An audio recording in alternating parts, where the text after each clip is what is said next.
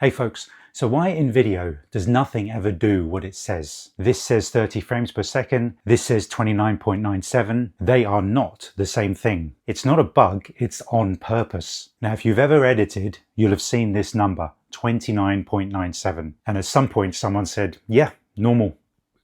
Cool, but why?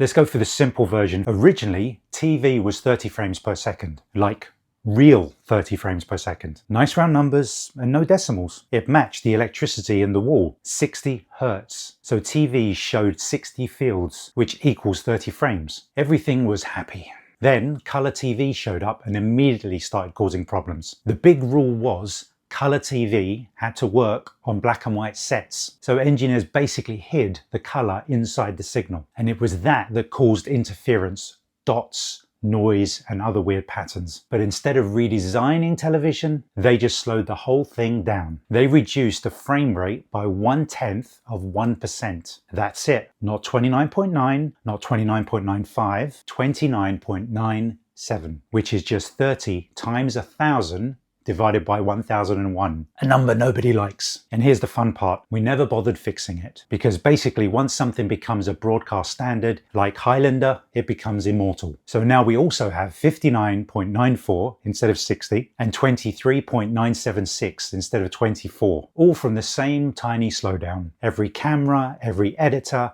every streaming platform. Thanks, 1953. Now this is where it gets extra annoying. At 29.97, your timecode actually runs slightly slow. So after an hour, it's off by a few seconds. The solution was drop frame timecode, which does not drop frames. It drops numbers. Yeah, video's fun, isn't it? Now this explains why audio drifts. This is why exports don't line up. This is why just set it to 30 doesn't always work. You're not bad at editing. You're just haunted by an engineering compromise that happened over 70 years ago. If you enjoyed this extremely unnecessary history lesson, hit like.